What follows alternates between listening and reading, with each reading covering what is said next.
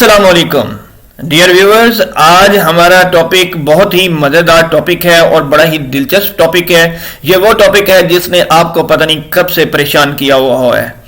आज हम इस टॉपिक से जो है वो अपनी परेशानी दूर करेंगे, इसको इतना अच्छे तरीके से अंडरस्टैंड करेंगे कि उम्मीद करता हूं कि दोबारा आपको किसी किस्म की भी कोई प्रॉब्लम पेश नहीं आएगी।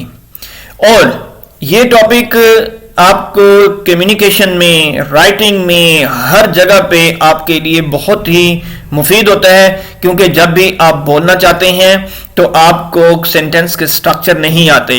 आप जब भी राइट करना चाहते हैं तो आपको राइटिंग नहीं आती। तो आज हम जो है इस टॉपिक को जब पढ़ेंगे तो उम्मीद करता हूं कि आपकी तमाम जो वो परेशानियां हैं वो दूर हो जाएंगी। क्योंकि हम देखते हैं कि बहुत सारे स्टूडेंट्स को इवन कि वो अपनी क्वालिफिकेशन कंप्लीट करने के बावजूद भी इस काबिल नहीं होते कि वो किसी के साथ इंग्लिश में कम्युनिकेट कर सकें या वो इंग्लिश में कुछ राइट कर सकें, क्योंकि सबसे बड़ा प्रॉब्लम जो आ रहा होता है उनको टेंसेस का आ रहा होता है। तो आज हम फर्स्ट टेंस करने जा रहे हैं, इसलिए वीडियो को आपने शुरू से लेकर आखिर तक जरूर देखना है और साथ ही आपने मेरे चैनल को सब्सक्राइब कर लेना है ताकि आपको जल्द ही मेरी वीडियोस के जो हैं वो नोटिफिकेशंस मिलते रहें। हम चलते हैं, पहला टेंस है। इस टेंस को आप प्रेजेंट इंडेफिनिट टेंस भी कहते हैं और इस टेंस को प्रेजेंट सिंपल टेंस भी कहा जाता है। आइए हम देखते हैं कि प्रेजेंट सिंपल टेंस या प्रेजेंट इंडेफिनिट टेंस क्या होता है, इसकी क्या पहचान होती है। पहचान के लिए आपको पता है कि सबसे पहले जब हम सेंटेंस कंस्ट्रक्ट करते हैं तो सेंटेंस हम अपनी लैंग्वेज में करते हैं, यानी नेशनल लैंग्वेज में करते हैं। जैसे हम उर्दू में सबसे पहले सेंटेंस एक आइडिया लेके आते हैं। अब वो आइडिया कौन सा है, उसमें कौन सा टेंस जो है वो हमने अप्लाई करना है, आइए देखते हैं। सबसे पहले हर चीज की जैसे एक आइडेंटिफिकेशन होती है, हर सेंटेंस की भी एक आइडेंटिफिकेशन है। वो आइडेंटिफिकेशन यानी प्रेजेंट सिंपल टेंस की आइडेंटिफिकेशन क्या है कि at the end of Urdu sentences there will be, क्या होगा वहां पर ता है, ती है, ते है। कैसे? जैसे रोमान खत लिखता है, आप देखें कि रोमान खत लिखता है, अब इसके एंड पे ता है आ रहा है, तो अब हमने इसे अंडरस्टैंड कर लेना है कि ये टेंस जो है वो प्रेजेंट सिंपल टेंस है। आगे हम चलते हैं। देखें, जब हमें ये आइडेंटिफिकेशन मिल गई तो दूसरा स्टेप आ जाता है हमारे पास कि अब हमने इसके अंदर फॉर्म ऑफ वर्ब कौन सा यूज करना है। तो आइए देखते हैं कौन सा फॉर्म ऑफ वर्ब यूज करते हैं। We use first form of verb, या इसे हम बेस फॉर्म भी कह सकते हैं, जैसे गो, सी, लुक, ये सारी की सारी जो हैं फर्स्ट फॉर्म जो होती हैं वो बेस फॉर्म कहलाती हैं, रूट फॉर्म कहलाती हैं। तो हम इसमें फर्स्ट फॉर्म ऑफ वर्ब का इस्तेमाल करते हैं। देखिए, जैसे रुमान राइट्स अ लेटर, अब हमने देखे यहां पे फर्स्ट फॉर्म के साथ एस का भी इजाफा किया है। ये हम क्यों करते हैं, आइए देखते हैं। देखें, एड एस और E S if the subject is he, she, it और सिंगुलर नाउन, यानी अगर हमारा सब्जेक्ट ही, शी, इट या एक नाम होगा, यानी डूअर जो होगा वो एक नाम होगा, तो हम क्या करते हैं, वी एड एस और E S with the first form of verb. हम फर्स्ट फॉर्म के साथ एस या ई एस का इजाफा करते हैं। जैसे गोज के साथ हमने जो है ई एस का इजाफा किया, लुक्स के साथ हमने एस का इजाफा किया, इसी तरह राइट्स में हमने जो है वो एस का इजाफा किया। जैसे देखें, रुमान राइट्स अ लेटर, अब रुमान जो है वो एक सिंगुलर नाउन है, तो हमने यहां पर क्या किया है, वर्ब की फर्स्ट फॉर्म के साथ एस का इजाफा किया है। अब हमारे पास और भी तो जो है सब्जेक्ट हो सकते हैं, जैसे आई, वी, यू, दे और प्लूरल नाउन्स हो, तो क्या हम उनके साथ भी इजाफा करते हैं? नहीं। देखिए, डोंट ऐड एस और E S if the subject is I, we, you, they और प्लूरल नाउन, तो हम एस या ई एस का इजाफा नहीं करेंगे। कैसे? देखें, आई राइट अ लेटर, अब देखिए राइट जो है उसके साथ हमने, क्योंकि सब्जेक्ट हमारा आई बना, तो आई के साथ हमने जो फर्स्ट फॉर्म यूज की उसके साथ हमने एस या ई एस का इजाफा नहीं किया। नेक्स्ट देखते हैं, अगर हम नेगेटिव बनाना चाहते हैं तो हम नेगेटिव सेंटेंस कैसे बनाएंगे, क्योंकि पॉजिटिव सेंटेंस तो हमने देख लिया, अब नेगेटिव अगर बनाना चाहते हैं तो नेगेटिव कैसे बनाएंगे। हम in negative sentences we use do not और डज नॉट, हम डू नॉट या डज नॉट का इस्तेमाल करते हैं, वो डिपेंड करता है हमारे सब्जेक्ट्स पे। देखिए, Roman does not write a letter, जहां पर आप एस या ईएस का इजाफा कर रहे थे, यानी ही, शी, इट और सिंगुलर नाउन, वहां पर हम डज का इस्तेमाल करेंगे। और जहां पर हम एस या ईएस का इजाफा नहीं कर रहे थे, यानी हमारे वो सब्जेक्ट्स जैसे आई, वी, यू, दे और प्लूरल नाउन्स, तो हम उनके साथ जो है वो डू नॉट का इस्तेमाल करते हैं। जैसे I do not write a letter. तो इसी तरह आगे देखें कि अगर हमने क्वेश्चन सेंटेंस बनाना हो, यानी इंट्रोगेटिव सेंटेंस बनाना हो, तो हम क्या करते हैं? In interrogative sentences we put do, does in the beginning of the sentence and at the end of the sentence we put question mark। हम क्या करते हैं? do, does को सेंटेंस के शुरू में ले आते हैं और फिर आखिर में हम क्या करते हैं कि क्वेश्चन मार्क लगा देते हैं। जैसे रोमान के हमने जो सेंटेंस बनाया था कि रोमान राइट्स अ लेटर, अब हम इसको अगर क्वेश्चन में कन्वर्ट करते हैं, देखें कैसे हमने किया। Does Roman write a letter, and पे हमने जो है वो क्वेश्चन मार्क लगा दिया और डू डज को हम शुरू में ले आए। अब ये हमारा सिंगुलर नाउन था, तो इसलिए हमने डज का इस्तेमाल किया और वह हम सेंटेंस के स्टार्ट में ले आए। आगे देखें, अगर हमारा सेंटेंस यू है, यानी सब्जेक्ट, सेंटेंस में सब्जेक्ट जो है वो यू है, तो हम क्या करते हैं? डू का इस्तेमाल करेंगे। Do you write a letter. अब देखें, डू का हमने सेंटेंस के स्टार्ट में ले आए और at the end we put question mark. अच्छा, एक बात याद रखें, आपने एक बात नोट की होगी कि हमने जब क्वेश्चन सेंटेंसेस बनाए हैं तो हमने क्या किया है कि वर्ब के साथ एस या एस का इजाफा नहीं किया। तो look at this note, in interrogative and negative sentences we do not add S और ES with the first form of verb. जब आप नेगेटिव सेंटेंसेस बना रहे हो या इंट्रोगेटिव सेंटेंसेस बना रहे हो, तो हम क्या करते हैं कि वर्ब की फॉर्म के साथ हम जो है वो एस या ईएस का इजाफा नहीं करेंगे, जैसा कि हम सिंपल सेंटेंसेस में करते आ रहे थे।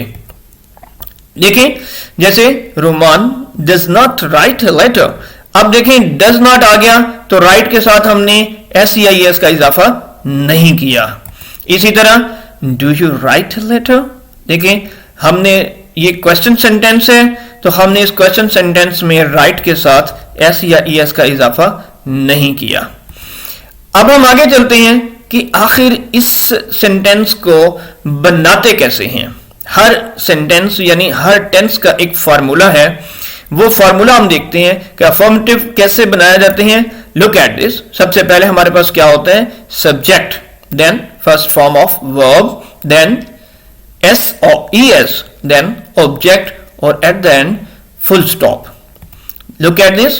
Roman writes a letter. अब देखिए, subject rights first form of verb, फिर S या ES का इजाफा हो गया। अगर सब्जेक्ट हमारा सिंगुलर या ही, शी, इट है तो हम S या ES का इजाफा कर देते हैं और at the end there is a letter, that is the object, और फिर फुल स्टॉप। नेगेटिव सेंटेंस बनाएंगे तो नेगेटिव सेंटेंस बनाने का भी एक फार्मूला है। वो फार्मूला क्या है?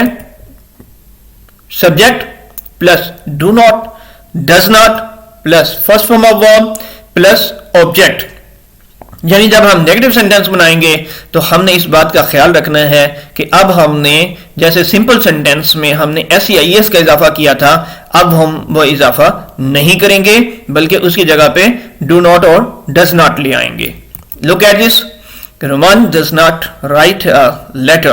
अब देखें, इसमें does not लगाया तो राइट के साथ हम पहले भी पढ़ चुके हैं कि राइट के साथ यानी फर्स्ट फॉर्म ऑफ वर्ब के साथ हम एस या ईएस का इजाफा नेगेटिव और इंट्रोगेटिव सेंटेंसेस में नहीं करते।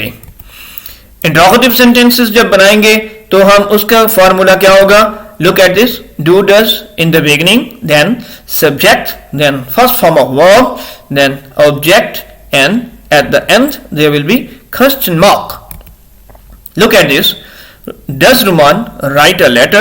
अब देखें, बड़ा ही सिंपल सा सेंटेंस बन गया, कोई भी मुश्किल नहीं है। जो आप इतने परेशान थे, अब आपकी परेशानी उम्मीद करता हूं कि वो खत्म हो जाएगी।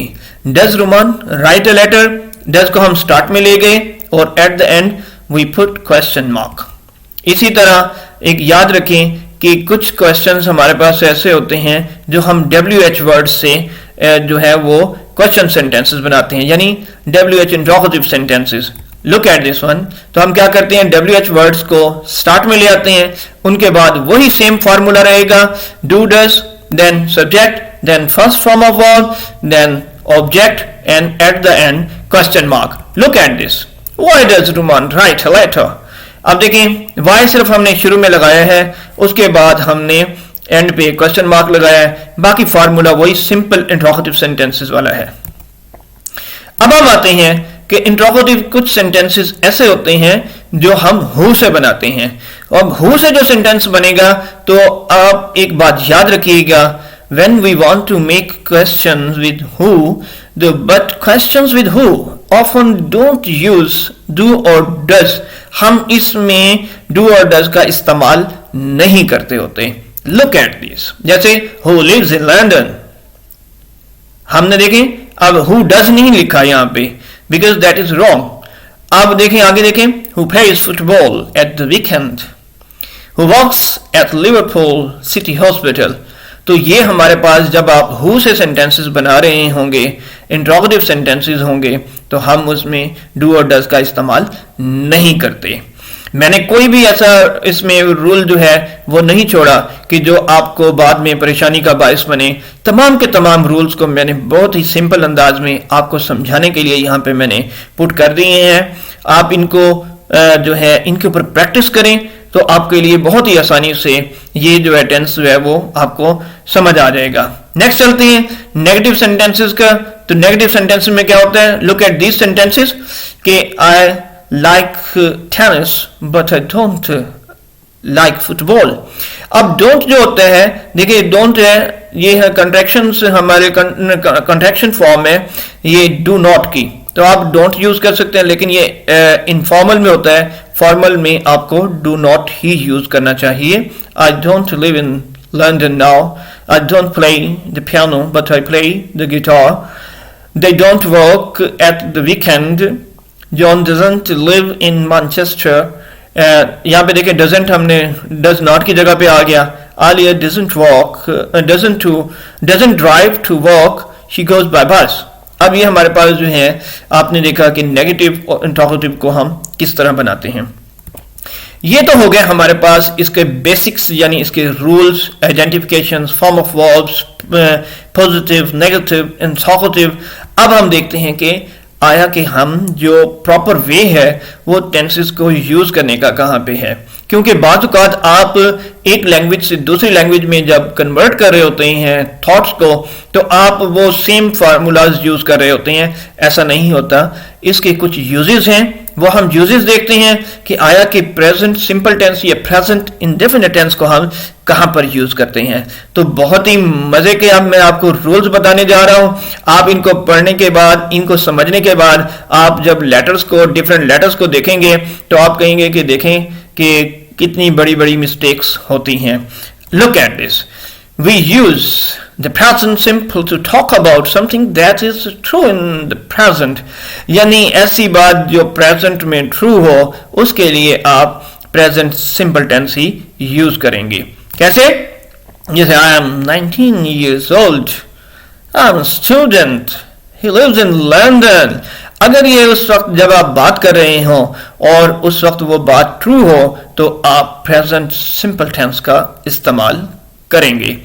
सेकंड देखते हैं, something that happens regularly in present. ऐसी बात जो प्रेजेंट के अंदर बार बार हो रही हो, रेगुलरली हो रही हो, तो उसके लिए भी हम प्रेजेंट सिंपल टेंस का ही इस्तेमाल करेंगे। Look at this, I play football every weekend. यानी आप हर वीकेंड पे अगर फुटबॉल खेलते हैं तो फिर आप क्या करेंगे, यही टेंस ही यूज करेंगे। वो टेंस कौन सा है? Present simple tense. Look at this, third इसका यूज है something that is always true. ऐसी चीज जो हमेशा ट्रू हो, जो हमेशा सही हकीकत पे बेस्ड करती हो, उसके लिए भी हम प्रेजेंट सिंपल टेंस ही इस्तेमाल करते हैं।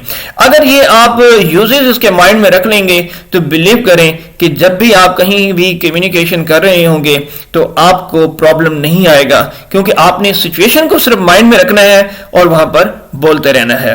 लुक एट दिस कि something that is always true. Look at this, The human body contains 206 bones। यह हमेशा ही ट्रू बात है। ये इसके अंदर कभी भी चेंजेस नहीं आ सकती। जैसे light travels at almost 3 lakh kilometre per second, ये भी ट्रू है। इसी तरह the sun rises in the east, ये भी ट्रू है।